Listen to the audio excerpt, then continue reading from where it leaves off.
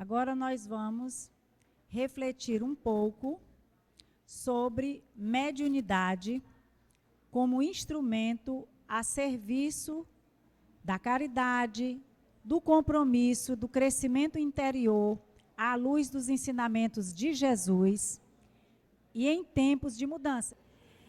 Convidamos então para proferir essa palestra Mediunidade com Jesus, compromisso dos espíritas num mundo em transição, Tiago Salles.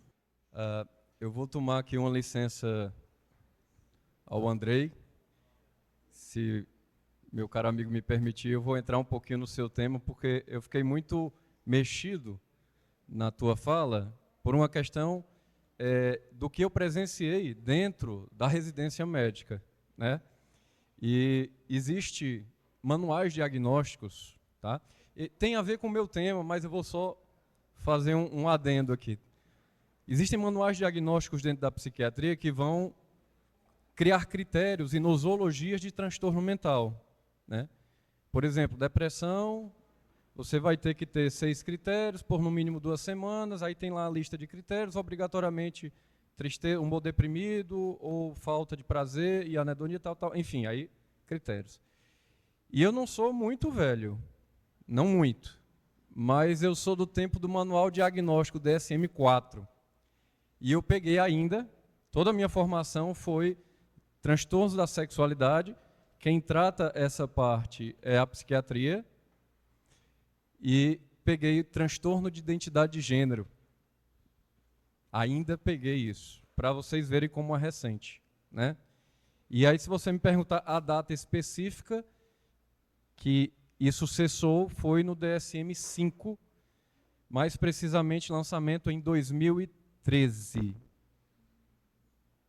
Nós temos pouco mais de 10 anos que a psiquiatria parou de considerar a transafetividade, a transexualidade como um transtorno. E hoje entende como uma condição, uma apresentação, e trata a repercussão psicológica que tem, que é uma população extremamente sofrida, justamente pela questão do preconceito, pela estrutura sociocultural que ainda está montada e com a tendência a ter mais sofrimento emocional. Então, hoje a gente trata a disforia em relação ao gênero, mas não o gênero em si. E a psiquiatria, graças a Deus, avançou no sentido de entender esses pormenores da sexualidade, como o Andrei falou. Tem o sexo biológico, masculino, homem, mulher e intersexo. Tem a identidade de gênero, masculino, feminino, o cis e o trans, a transexualidade, e também reconhece mais outras 2 variações que a gente trabalha com esse conceito hoje dentro da psiquiatria, que é fundamental, inclusive, para a gente tirar o pragmatismo do julgamento, porque o psiquiatra é um julgador, mas não pode ser um juiz severo, ele tem que ser cuidadoso para entender e para saber como cuidar e ajudar. Existe a variação do papel social, que é a apresentação da pessoa mediante a sociedade, que existe um estereótipo masculino, feminino, que não necessariamente tem a ver com identidade de gênero ou com sexo biológico. E existe a questão da orientação sexual, né, que vem ali como um último ponto. Que aí você vai ter o heterossexual, o homossexual, o homoafetivo, o bi, e todas as variações que o Andrei falou. Então, só para deixar claro de que a gente está avançando culturalmente, e isso que eu estou trazendo é do ponto de vista da ciência, né? O que o Andrei trouxe não é a opinião dele, o que eu estou falando não é a minha opinião, mas é o que a ciência está avançando no sentido de compreender a complexidade humana na sua apresentação dentro da sexualidade. E aí eu vou repetir uma pergunta que eu fiz no primeiro momento pela manhã. Existe remédio, existe tratamento medicamentoso para o preconceito? Para a homofobia? Remédio não. Mas existe tratamento sim, para todo tipo de vício e de desvio moral, principalmente no tocante a populações vulneráveis que é o meu grupo de pesquisa, e que a gente precisa estar atento, aberto a reciclar até o preconceito que a gente nem sabia que tinha. E se a gente procurar com cuidado, a gente vai descobrir muitos. Então, antes de eu iniciar dentro da minha fala, eu queria pedir a todos uma salva de palmas para o trabalho que o Andrei está fazendo.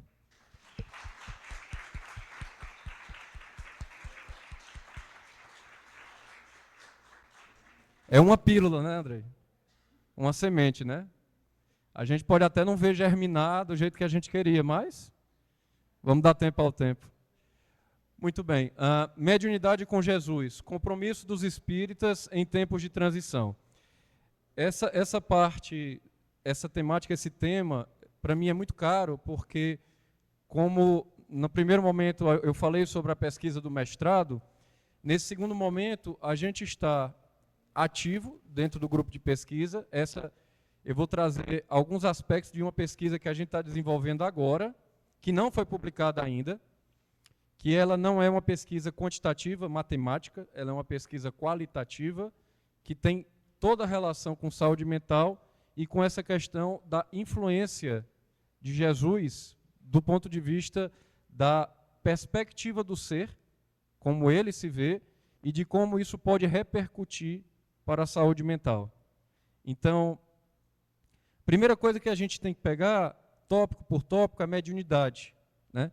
E aí nós temos essa figura aqui dessa inspiração mediúnica, que traz bons sentimentos, paz e harmonia e ajuda na construção de uma vida saudável no geral, nos diferentes aspectos que a gente desenvolve, né? No trabalho, na família, na vida social colateral, na parte ocupacional como um todo e, claro, dentro da nossa espiritualidade.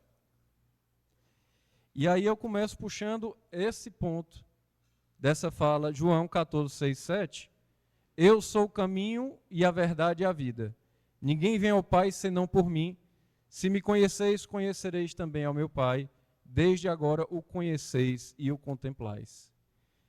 E essa é uma fala muito bonita e muito profunda, né? Inclusive a questão da divindade de Jesus, né? A questão do tríplice aspecto de Deus, tal, dentro de outras perspectivas religiosas, isso acaba sendo pauta. Mas aqui a gente vai, obviamente, puxar para dentro da nossa linha de raciocínio, em que a gente entende que existe uma figura, que é Jesus, que traz caminho, verdade e vida.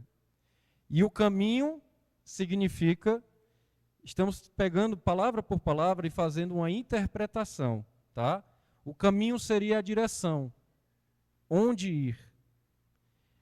A verdade significa significado, por que ir, para que ir, que são aquelas perguntas existenciais que são muito curiosas, porque em todo o processo psicoterápico, quando a gente avança e vai conseguindo descascar as camadas, a gente, aspas, né, o paciente, o terapeuta é um facilitador desse processo que é auto-operativo, né?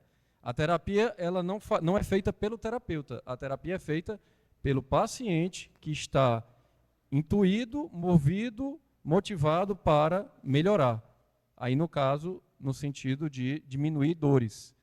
E aí, quando a gente avança nessa psicoterapia, muitas vezes a gente vê entrar na filosofia. Quando você vai numa dor, de uma tristeza, muitas vezes acaba na seguinte pergunta: mas por que eu estou aqui? Qual é o sentido da existência? Qual é o propósito da vida, do universo, do ser humano? E é interessante porque quando acabam nessas perguntas, que a gente literalmente não tem respostas fechadas para isso, e é livre, o pensar livre em relação a questões complexas é uma oportunidade de escolha para uma perspectiva positiva. Se eu posso pensar qual o sentido da minha existência, por que eu vou pensar que é ruim eu existir? Por que eu vou colocar em um lado sombra, se eu posso colocar num lado luz? Eu tenho livre-arbítrio. Eu posso entender que eu existo por um motivo ruim, mas o que isso me traria de bom? qual é o impacto que isso teria em cada decisão que eu tenho, do mais simples ao mais complexo ponto de decisão. Então, quando a gente procura o significado, a gente vai para essas questões fundamentais. E aí, Jesus sendo vida, o viver, significa ação. E o que fazer e como fazer. Então você pergunta onde ir, por quê, para quê, o que fazer e como fazer. São perguntas direcionadoras. Existe a possibilidade de que uma pessoa esteja satisfeita consigo e satisfeita com a própria vida sem passar por essas perguntas? Eu não sei se vocês têm aquela coisinha na cabeça. Muita gente tem. Sabe aquela coisinha que o simples muitas vezes não é suficiente? Que o sim e o não, muitas vezes, não são as únicas alternativas. Em que a gente começa a perceber que entre quente e frio existe todo um gradiente de temperatura e que na complexidade, lembra do paradigma, a gente acaba entrando em uma perspectiva muitas vezes filosófica, em que não existe uma resposta pronta ou uma resposta necessariamente certa, mas existem respostas saudáveis e não saudáveis, ou mais saudáveis e outras menos saudáveis. E nós não estamos aqui para definir o que é certo e errado, o que é bom, o que é ruim.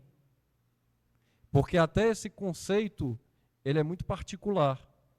Nós estamos aqui no ponto, na preocupação, no papel de cuidador de saúde. Nossa perspectiva é saúde, saúde mental. Então, muitas vezes, o que parece errado pode ser extremamente saudável. Porque, para mim, acordar às 5 horas da manhã para correr, eu acho errado. Mas, para quem está pré-diabético e com colesterol alto, acaba sendo certo. Porque é saudável. Eu gosto? Não. Eu faço? Também não. Estou dando só o exemplo. Mas um dia eu começo. Entendem a variação da forma que a gente tem de pensar e que a gente pode passar por várias questões filosóficas e a gente tem um poder que é autodeterminado pela nossa capacidade de raciocinar e, a partir daí, de tomar decisões para a nossa própria vida e também para o âmbito coletivo. E aí segue que a gente puxa agora para o Livro dos Espíritos. Qual o tipo mais perfeito que Deus ofereceu ao homem para lhe servir de guia e modelo? A resposta mais curta do Livro dos Espíritos. Acho que porque qualquer outra palavra adicionada nessa resposta diminuiria a importância dela e o impacto, né? Guia e modelo. Caminho, verdade e vida. Guia e modelo. Mediunidade com Jesus. Inspirar pela figura que aqui não interessa muito se você está entendendo que Jesus está lhe inspirando ele em pessoa, como ser espiritual. Muitas vezes existe um Jesus que a gente pode criar na nossa mente e que ele é vivo e não é imaginação. Assim como a gente aprende na escola o teorema de Bhaskara na matemática e passa o teorema de Bhaskara a fazer parte da nossa história, assim como aquela vizinha, aquele professor, aquela saída na infância também impregnou na memória da gente e aquilo passa a ser formativo, porque ali eu aprendi, eu vivi, eu experienciei algo que agora faz parte de mim. Jesus deve e pode nos habitar enquanto ser, figura, entidade, influencer, usar uma palavra mais moderna, né? Só que aí a conexão é direta, não depende de Wi-Fi. Porque como guia e modelo, caminho, direção, verdade para o significado e vida para a ação, o que fazer, como fazer, eu posso criar essa perspectiva de um Jesus vivo dentro de mim. Agora, pensa comigo, imagina que esse cara não aceitou que apedrejassem a mulher adúltera. E isso naquele tempo. Vocês acham que esse cara, na minha vida, como esse guia, esse professor, esse mestre, esse inspirador, ele vai me fazer mal? Ele vai me acorrentar? Ele vai me julgar de forma crítica, severa, de forma a querer me castigar, de forma a entender que provas e expiações são lições duras e apenas para você sofrer? Ou são lições duras para aprender, e a nossa cota de sofrimento muitas vezes vem por uma teimosia, por uma dificuldade de aprofundar-se, de avaliar a questão e às vezes fazer a escolha mais difícil, porque a porta estreita, ela não é convidativa como a porta larga, para continuar citando o mestre. E aí, colocamos o tempo de transição. E esse tempo de transição é fundamental que a gente entenda que nós estamos aqui, nós não estamos aqui. Nós estamos aqui. Se a gente colocar, a psiquiatria adora uma escala, né, de 1 a 5 em níveis de qualidade, sendo 5 a qualidade máxima e 1 a pior qualidade, nós estamos em 2. A nossa nota não é nem 5, de 0 a 10. Nós não estamos nem em 50% do caminho. Por que é importante a gente entender o local, o lugar e a forma como a nossa consciência está ambientada, e ambientada não apenas do ponto de vista físico planetário, mas do ponto de vista do locus, da forma de operar, da forma de funcionar, da forma de pensar, ainda muito ligada à primitividade, a vícios, a hábitos danosos, a preconceitos. Se a gente entender que estamos aqui, a gente começa a ver sofrimento, dor, de outra perspectiva, entendendo que faz parte. Porque eu quero que alguém levante a mão e me aponte uma pessoa completamente feliz. Se você conhece, por favor, se manifeste. Lança um curso na internet. Está bem na moda agora, né? Vai, ó. Mas não pode ser fake news, não. Gente, a felicidade, até Joana de Ângeles fala, ela é um conceito, uma perspectiva do vir a ser. Que o homem, ele precisa ser integral, usando a série psicológica, através de um triunfo pessoal, que ele vence as próprias mazelas, e aí ele se integra, lembra o que a gente falou de individuação, do aprofundamento dentro de si, do autoconhecimento e da reforma íntima para encontrar uma iluminação. Então a felicidade, ela é uma perspectiva que não está, teoricamente, do ponto de vista filosófico, ao nosso alcance de maneira plena. Porque para termos alcance de maneira plena, nós precisamos sermos plenos. E a plenitude é um processo evolutivo. Isso do ponto de vista consciencial. Tiago, quer dizer que então eu não vou ser feliz, eu não sou feliz, ninguém é feliz, então danou-se. E agora? Não, jovem gafanhoto. Eu não estou dizendo que a gente não pode ser feliz. Eu estou dizendo que depende da maneira como você entende o conceito de felicidade. Porque se você entender felicidade na sua mente dos planetas felizes, você estando aqui, aí tem aquela coisa na internet, expectativa e realidade, né? Primeiro encontro, né? Conheceu pela internet, né? Aquela foto bonita lá. Vamos marcar. Super educada, super gentil. Aí você chega, realidade. Quando a gente entende o plano espiritual da nossa consciência, onde a gente está ancorado, a gente começa a trabalhar com a realidade como ela é.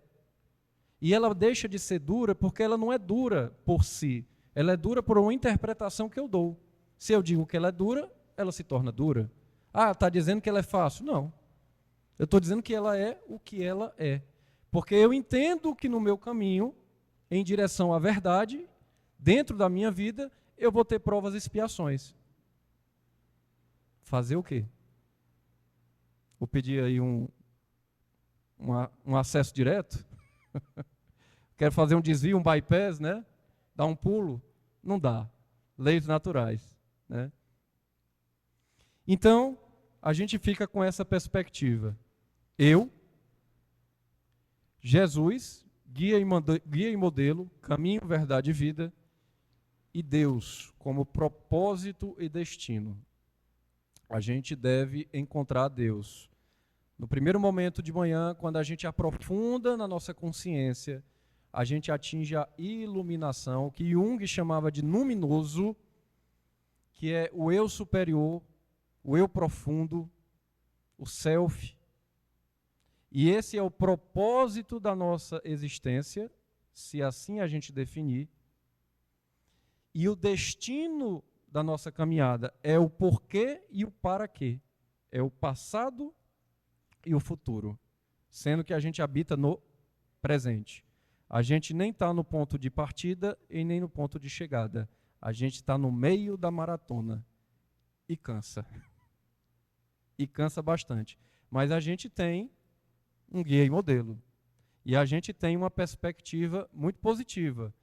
E podemos entender essa perspectiva por um mandamento. Que se a gente, o próprio Jesus, resumiu em o maior, o primeiro mandamento: amarás ao Senhor teu Deus de todo o teu coração, de toda a tua alma e de todo o teu entendimento. Primeiro. Não desligado de um segundo. Semelhante a este é: amarás ao teu próximo como a ti mesmo. Percebe? Coração, alma e entendimento. Coração, emoção. Sentimento. Sentir, paixão. É você ter a sensação emocional da relação que você tem com Deus. Alma, espiritual, e entendimento racional. Por isso que o Espiritismo advoga para uma fé racional, para uma fé racionalizada, que pede que as ideias, que as percepções tenham coerência lógica. E amar ao Senhor teu Deus seria o primeiro. Por quê? E por que que em seguida vem amar o próximo como a ti mesmo? E a gente pega esse trecho, amai a Deus sobre todas as coisas e ao próximo como a si mesmo, e começa a estudar, de um ponto de vista filosófico, qual é a nossa perspectiva saúde mental. Então eu percebo que existem figuras dentro dessa frase. O Criador, sendo Deus, a criatura, eu, e outra criatura, o próximo, que é o outro. Tá? Mas isso do ponto de vista da criação, quando Deus ligou a lâmpada, que o universo no Big Bang, né, cada um tem a sua forma de entender como foi, mas existe o Criador, a criação e a criatura. E a criatura faz parte da criação. A criatura não é criador. E o Criador não deve ser visto como criatura. Percebem a diferença? Vocês acham que quando a gente distorce isso, isso não nos afeta do ponto de vista de tomar decisões, de fazer escolhas, de seguir caminhos? E no final a gente resume: Criador, Deus, criatura, eu e o próximo. Tem essas duas figuras. Sendo que na criatura tem eu e tem o outro. E aí a gente vai tentar entender a constituição de cada conceito, Criador e criatura. Segundo o livro dos Espíritos, Criador sendo Deus, a inteligência suprema, causa primeira de todas as coisas. Ele é eterno, imutável, imaterial, único, onipotente, soberanamente justo e bom. Isso é o conceito de Deus e os seus atributos, atributos da divindade. Isso lá no começo, primeiro capítulo do Livro dos Espíritos. E o que é a criatura? Espírito com constituição tríplice, espírito, perispírito e corpo físico. Sendo que a gente está falando da nossa perspectiva aqui, de seres encarnados, tá? Quando a gente estiver lá no nosso lado desencarnado, aí a aula vai ser outra. Mas aqui a gente tem que estar ligado à matéria porque ela nos pertence e a gente tem responsabilidade com ela também. Então, nessa constituição tríplice, nós vamos ter uma essência que é o espírito imortal. Esse espírito imortal é a essência do ser. Sem essa essência não existe ser. Não existe indivíduo. E existe na existência o ser encarnado. Eu, em essência, sou espírito, mas enquanto encarnado eu sou um ser encarnado. Obedecendo essa constituição tríplice, e aí, dessa distância entre essa matéria sutil, extremamente delicada, de uma primazia de consciência espiritual, de criação e tal, que liga a essa energia, a matéria é o perispírito, campo mediador que tem toda relação com a psique. Porque a nossa consciência verdadeira, ela é espiritual. E ela atravessa essas barreiras físicas, algumas mais sutis, outras menos, e vai tomando, ganhando densidade até se manifestar através do material físico, que seria o cérebro, que pilota a máquina. Então, isso está no Livro dos Espíritos, muito da consciência do espírito se manifesta através de pressões, pulsões, impulsos que vêm do perispírito. Aquilo que a gente falou do animismo. E isso não significa que seja uma coisa ruim, porque existem coisas no nosso perispírito que a gente precisa melhorar, aprender, e se manifestam por meio de dor e sofrimento. E outras que nos trazem livramento, inspirações, intuições, aquele sopro, aquele pensamento intrusivo do bem. Tem muitos do mal, mas tem uns que vêm, caramba, eu nem sei por que eu deixei de fazer aquilo ou fiz aquilo outro, mas no final acabou sendo a melhor opção. É uma razão além da própria razão. E aí a gente tem que concentrar em entender essa distinção entre Criador e criatura, para usar esse caminho trazido por Jesus, por meio do primeiro maior mandamento, para a gente fazer uma diferenciação ontológica. Onde eu estou? No eu.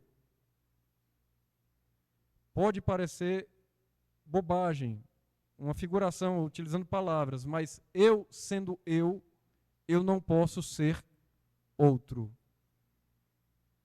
Eu não posso ser o próximo. Eu não posso ser Deus. Quando Jesus fala amai a Deus, é você amar a Deus. Eu amar a Deus. Aí a gente vai entender o porquê que vem primeiro, segundo essa perspectiva. E quando fala e ao próximo, amai ao próximo como a si mesmo, sou eu. É onde eu habito, no meu eu. E eu não tenho poder de determinação fora desse eu. Tiago, por que você está insistindo tanto nisso? A gente vai ver que essa base ontológica, a ontologia, é o estudo da essência, da natureza primária das coisas, tá? E quando a gente vai mergulhar nessa questão do que é o ser, segundo a perspectiva espírita, a gente encontra esse caminho de amar a Deus, que é um fundamento estrutural. Por que ele é estrutural? Porque não existe eu sem aquilo que o criou. Não existe filho sem o pai. Não existe criatura sem o Criador. E eu tenho uma perspectiva de que eu vim de algum lugar.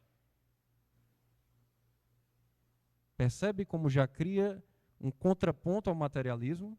porque aqui eu não sou fruto do acaso.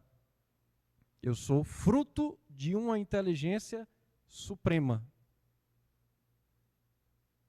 Percebe que essa inteligência, sendo soberanamente justa e boa, o amparo que eu recebo, a estrutura fundamental que fomenta a minha essência espiritual e a minha existência enquanto ser encarnado.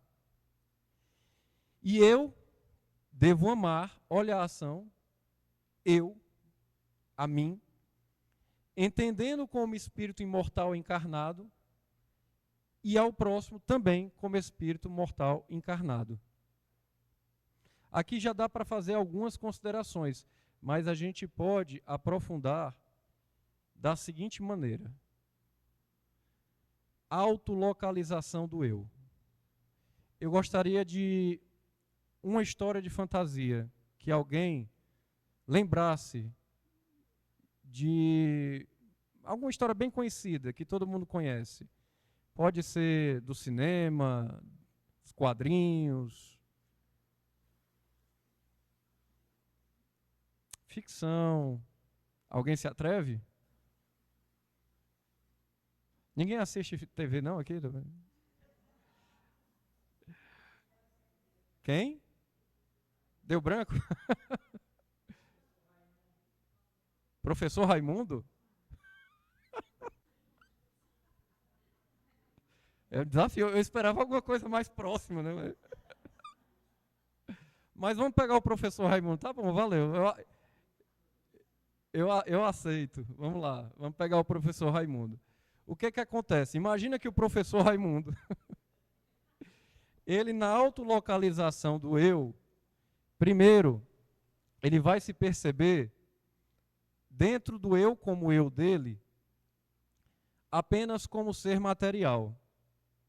Aí eu vou me colocar, eu vou ser o professor Raimundo. Sendo eu o professor Raimundo e tendo aqueles alunos que o professor Raimundo tinha, sabendo que a vida é uma só e que depois que eu morrer acabou-se tudo, cadê a saúde mental aí? Porque não é só o salário, ó.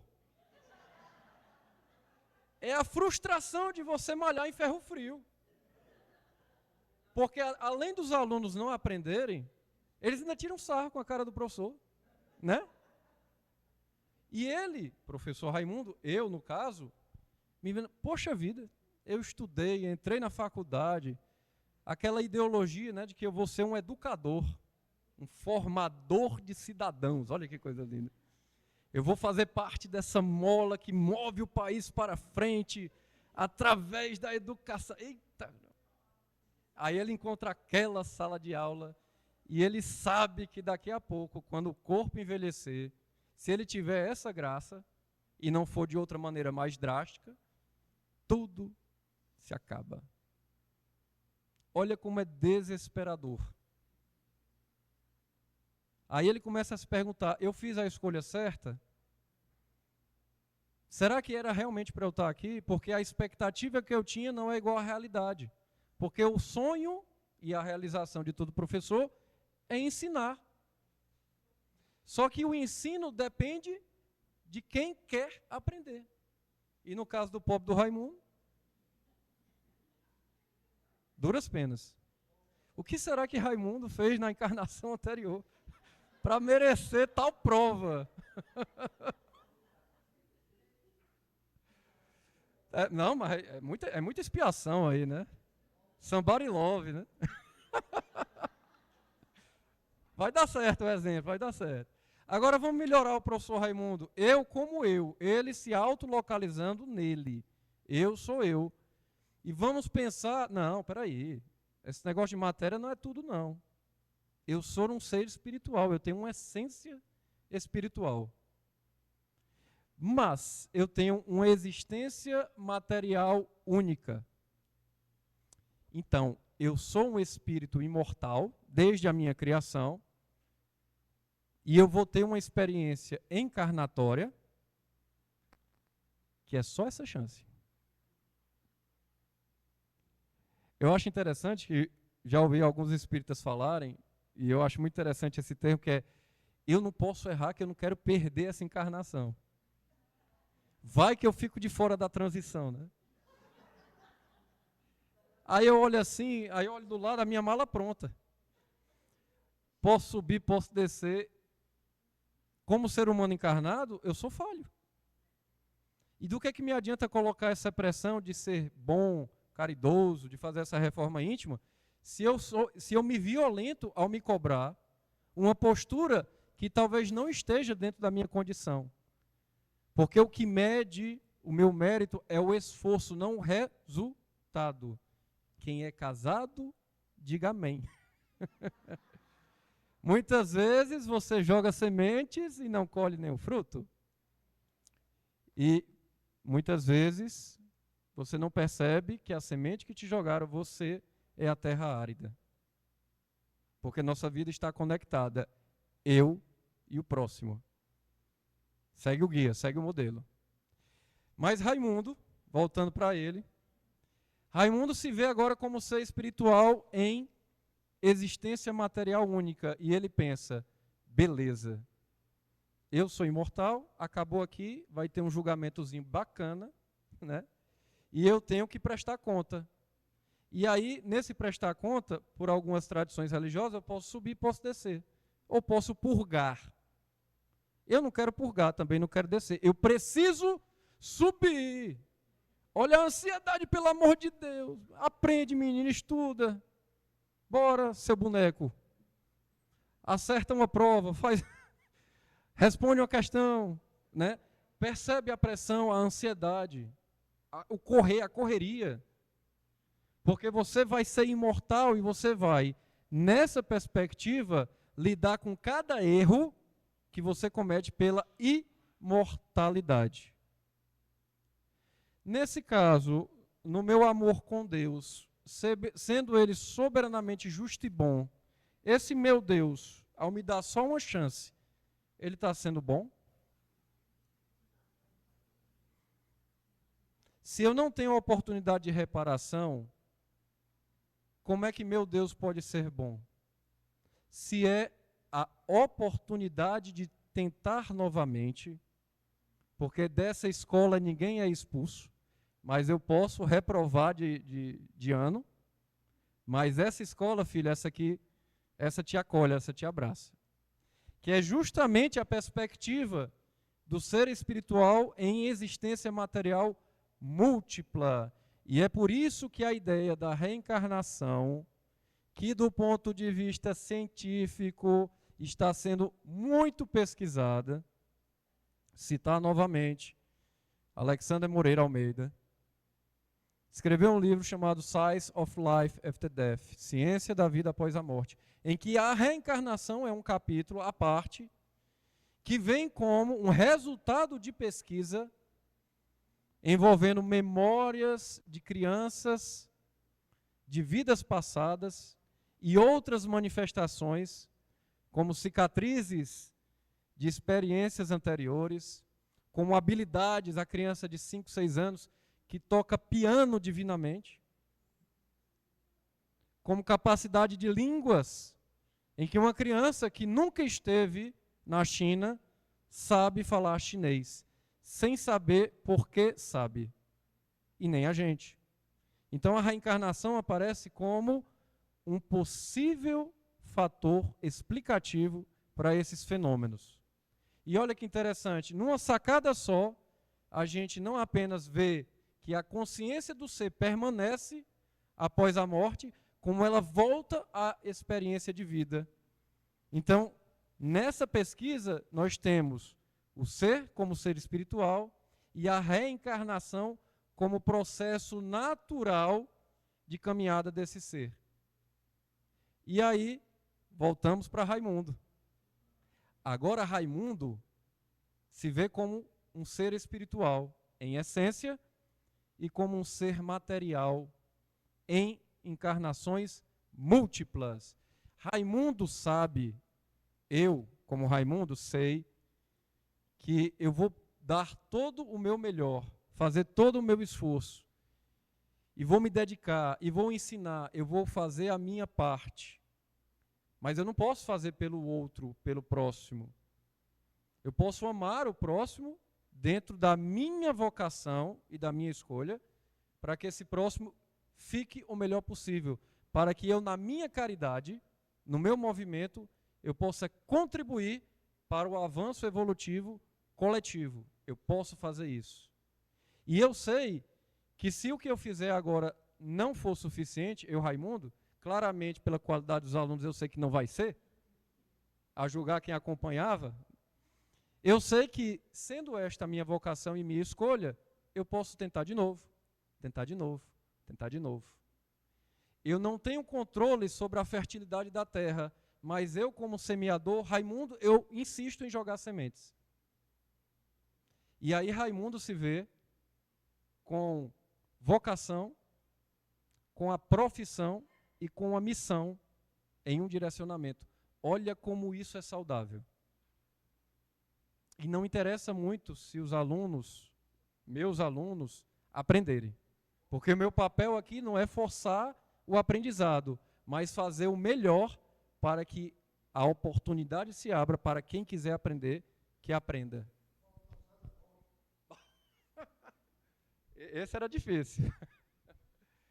Então, percebe como eu, dentro dessa perspectiva, é saudável? E agora, vamos desviar, porque aqui nós temos eu como eu, em dois aspectos, né? Duas possibilidades que não agregam tanto. E tem uma que entende, pela perspectiva espírita, que traria mais saúde mental, traria mais consolo. Mas eu posso ir além, eu posso me entender como não eu. Quando eu me entendo como ser divino, em que eu me coloco no lugar de Deus. Eu, Raimundo, determino que todos esses alunos vão passar de ano. Eu acredito nisso. E eu, na minha onipotência, determino que assim será. Minha expectativa, eu sou dono de todo o poder, imagino que eu tenho controle sobre essa realidade. Pobre Raimundo. Porque não se mexe com a realidade, você a influencia, e o seu poder, inclusive sobre si próprio, se você não tem autoaprofundamento, não tem autoconhecimento, você acaba sendo vítima dos próprios impulsos e não das suas razões. E agora eu, Raimundo, quero determinar que toda a minha classe aprenda e tenha um excelente boletim. O que acontece no final do ano comigo, Raimundo? Frustração, decepção, é o choque de realidade. Quantas vezes a gente não tenta controlar, determinar, forçar, fazer com que as coisas aconteçam de uma certa maneira, porque para a gente o certo é esse e tem que ser assim. Ou o contrário. Quando acontece dessa maneira, não era para ser desse jeito. Eu estou determinando que era para ser de outro. Porque eu, no lugar de Deus, muito inteligente, sei qual é o jeito certo. E aí eu viro as costas à realidade e adentro ao consultório do Dr. Tiago. É o resultado. Delírios de controle, ilusão de divindade. E eu como outro, quem é casado? A ideia de que nos relacionamentos a gente conhece aquela pessoa, sendo que a gente não se conhece direito e nem a pessoa se conhece a ela própria. Mas a gente conhece, a gente sabe. E a gente também quer, sendo aquela pessoa, definir o que ela deve escolher ou não. Eu me coloco no lugar do outro. Gente, quantas vezes a gente faz isso por dia? Quando a gente olha uma notícia de uma celebridade, por exemplo, e fica imaginando que aquilo que está acontecendo com aquela pessoa, que aquela escolha que ela fez, se ela entrou no Big Brother, com quem ela fez amizade, se ela é da linha do pessoal do bem ou não, que a gente faz essa distinção. A gente tem esse papel julgador crítico, severo, muitas vezes, e a gente fica querendo mexer essas figurinhas como se fossem peças no tabuleiro, sendo que são consciências livres, dotadas de livre-arbítrio, de autonomia. Se a gente escolhe passar o resto da vida com alguém, a gente não tem poder sobre aquela pessoa, a não ser o poder que ela nos oferece, até o momento que ela retirar, se assim ela quiser. A autonomia é sempre garantida pelo livre-arbítrio. Ah, doutor, mas eu conheço casais que são ótimos, que são muito bem casados, e que é uma estrutura que funciona. Ele manda, ela obedece.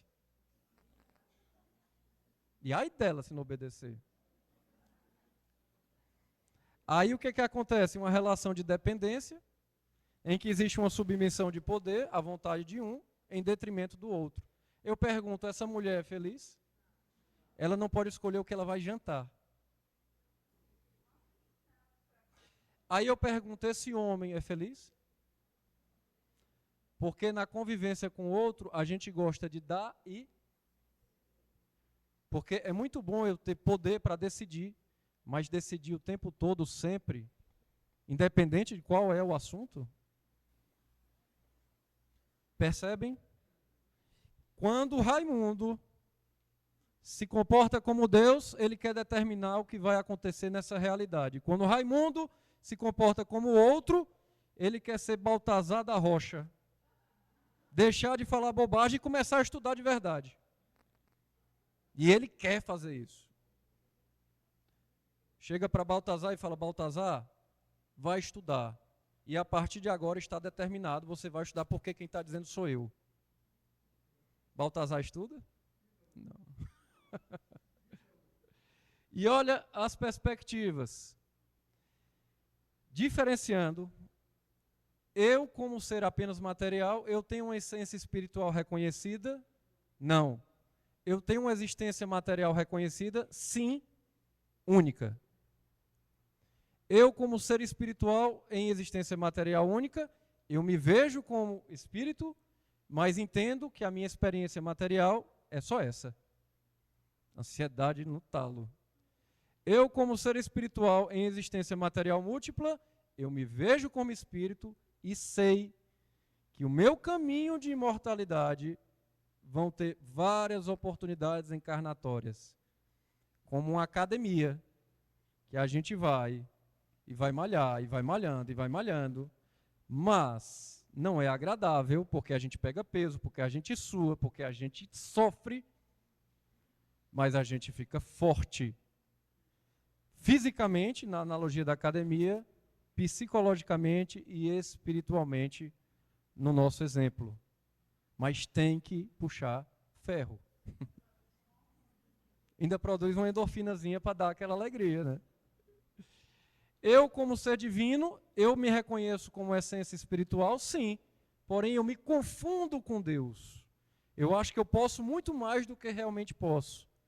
E eu me reconheço em existência material, sim, se inflacionada e não se negada. Porque chega a um ponto da distorção do pensamento em que a pessoa se sente tão Deus que ela deixa de pisar na terra. O narcisista, quem conhece um, diga amém. O cara não está sob as mesmas leis da sociedade. Tudo funciona diferente para aquela pessoa. Ela não pisa aqui. Ela já transcendeu, né? E aí, quando chega essa figura no Espiritismo, ele é missionário. Ele vem para revolucionar, né? Porque lê o livro, já está sabendo, sabe de muita coisa, e tem autoridade de voz e de fala. E ai dele se não for ouvido e seguido. Por que que a gente, como eu mostrei na primeira mensagem de manhã, por que que a gente tem pessoas doentes no Espiritismo? Porque aqui é ponto de cura. E que bom, irmão narcisista, chegue. Aí você chegando vai dar a oportunidade de eu entender quão narcisista eu também sou. E que parte minha eu acho que é Deus, e não eu, das limitações. E eu como outro ser, sim ou não, essa essência espiritual, com diluição da própria identidade. Quando eu me misturo com outro, eu não tenho uma identidade própria. E sim ou não, na existência material, só que aí eu substituo a identidade. A minha identidade não é integral, ela é misturada com a dos outros. Tiago, mas o que isso representa na prática? Exatamente o que a gente conversou, só que agora de uma forma didática. A característica central da autopercepção, eu como ser apenas material, identidade restrita à biologia, ao corpo e ao contexto imediato. Agora, normalmente são pessoas hedonistas. Elas se movem pelo princípio do prazer. O que não é prazeroso não faz sentido. Mesmo que ela precise fazer um esforço agora para ter um prazer lá na frente, é melhor ter o prazer logo, a qualquer custo. Por quê? Porque o fim é a morte, o fim acaba, no fim não tem mais nada, então vamos curtir. Eu, como ser espiritual em existência única, identidade espiritual presente, mas sob horizonte existencial limitado, a ansiedade, a única chance. Eu, como ser espiritual em existência múltipla, a identidade espiritual ampliada, a aprendizagem progressiva por múltiplas existências. E aí vem uma ideia também. Tiago, mas se eu souber, o espiritismo é muito refutado em outras tradições por causa disso. Se eu souber que eu tenho outra chance, qual é o esforço que eu vou precisar fazer? Eu tenho outra chance. Se eu souber que eu posso repetir de ano e não vou ser expulso da escola, para que eu vou me esforçar? Jovens gafanhotos, vamos pensar um pouco. É agradável, é saboroso repetir de ano? O que acontece com os alunos que ficam mais velhos em anos de crianças mais novas? Quem é da educação sabe. Sensação de não pertencimento. Muitas vezes deslocamento social, muitas vezes revolta, autonegligência. Não é agradável, a dor move, a dor movimenta. E a gente acaba precisando, pela dor, escolher seguir adiante. Porque apesar de termos responsabilidade, e apesar de a gente se esforçar e gastar energia para isso, é um caminho menos sofrido do que a alternativa. Eu, como ser divino, identificação com o onipotente, negação de limites e da condição de criatura. Eu, como ser outro, como outro ser, como próximo, fusão identitária. Eu me identifico não só comigo, com o outro também. Invasão do livre-arbítrio alheio. O Baltazar da Rocha tem que estudar, porque assim eu determinei. E o risco psicológico predominante. Vazio existencial no ser material, claro. Ansiedade frente à finitude e medo da morte. Que aí tem pessoas que têm duas perspectivas de reação pelo medo da morte. Ou elas fogem da morte a qualquer custo, ou elas se jogam nela por saber que ela é inevitável. Tentam apressá-la. As duas são danosas, as duas trazem sofrimento. No ser espiritual, com matéria única, culpa excessiva, temor escatológico, pressão por perfeição. Eu não posso errar. Tem que dar certo. É agora ou nunca. No eu espiritual em existência múltipla, maior tolerância à imperfeição, resiliência e sentido existencial.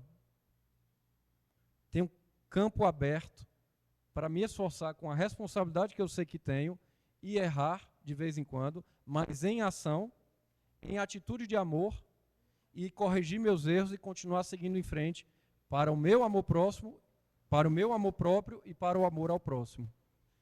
Eu, como ser divino, inflação do ego, rigidez psíquica e colapsos diante da frustração. E eu, como outro ser, codependência, controle moral e desgaste relacional. Ou eu me submeto, porque eu preciso da identidade do outro, porque eu não formei a minha, ou eu me torno um opressor, porque o outro não tem direito de ter identidade, tem que ser o que eu falar, e isso gera desgaste. Tem mais quanto tempo, Socorro? 5 minutos? Por fim, para a gente resumir, por que esse movimento dentro desse primeiro mandamento, que parece uma coisa muito simples, ele é estruturante e ele pode trazer saúde mental.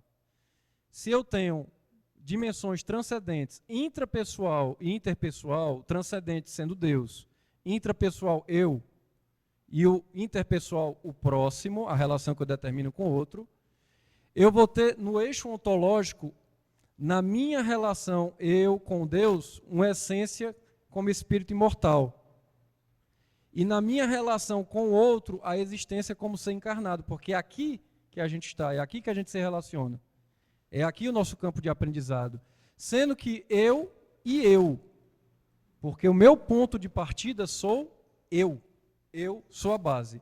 O ponto ontológico sou eu. A gente precisa sempre voltar. Em que momento eu não estou sendo eu dentro da minha realidade como essência espiritual e existência múltipla? E aí a gente vai criar esse modelo em que nós temos primeiro um núcleo transcendente, em que o primeiro movimento é que Deus me ama. Porque Deus vem antes de mim. Ele existe previamente. Dizer que Deus existe é, inclusive, um erro ontológico. Porque Deus não pode existir porque a existência é um conceito humano. Deus transcende aquilo que a gente o classifica. Mas, sim, como é a inteligência suprema, causa primeira de todas as coisas, Deus me ama antes de eu ser eu. E olha como isso é consolador, porque a boa nova de Jesus, que é o nosso caminho, que a gente está seguindo ele, fala que Deus ama incondicionalmente. Existe alguma coisa incondicional na condição humana? Tudo é relativo. E tudo é interpretável, é modificável, porque nós somos seres materializados e não somos imutáveis, graças a Deus. Imutável só Deus, é um atributo divino. Deus me ama. A partir do momento que Deus me ama, Ele me cria. E a partir do momento que eu começo a existir, eu passo a amar a Deus. É o primeiro movimento que eu faço. Amar a Deus sobre todas as coisas. De todo coração, de toda alma, de todo entendimento. Porque no momento que eu reconheço que existe um Pai Criador que me ama incondicionalmente, não interessa o que aconteça comigo, está tudo bem. E eu, sabendo que vou reencarnar, no meu compromisso de aprendizado, para ser digno desse amor, eu me comprometo, erro, acerto, reparo, eu volto e continuo avançando. E aí eu faço uma relação profunda com Deus, que é a relação transcendente. É a primeira e maior relação que a gente precisa ter para termos saúde mental. Ouviu um amém? Amém. Porque se você não se relaciona com Deus diariamente, existe alguma coisa que você deve repensar. Qual é a primeira lei das leis morais? Lei de adoração. Ela serve a Deus porque Deus é vaidoso, Ele gosta que você ore por Ele. Se você não orar, Ele fica chateado. Não. Você acha que Ele está se importando? Porque até falar a Deus dessa forma já é personificá-lo. O que já é contraditório porque Ele é incognoscível. Não podemos conhecer Deus, a não ser através de Jesus, o guia e modelo. Mas temos o modelo. E a partir do momento que você estabelece essa relação com Deus, que ela fica implícita, mas ela caminha com você dia após dia, a tendência é que a sua saúde mental fique bem, melhore, resiliência, fortalecimento, resignação e coragem para enfrentar. E eu não estou falando de oração, eu estou falando de relação.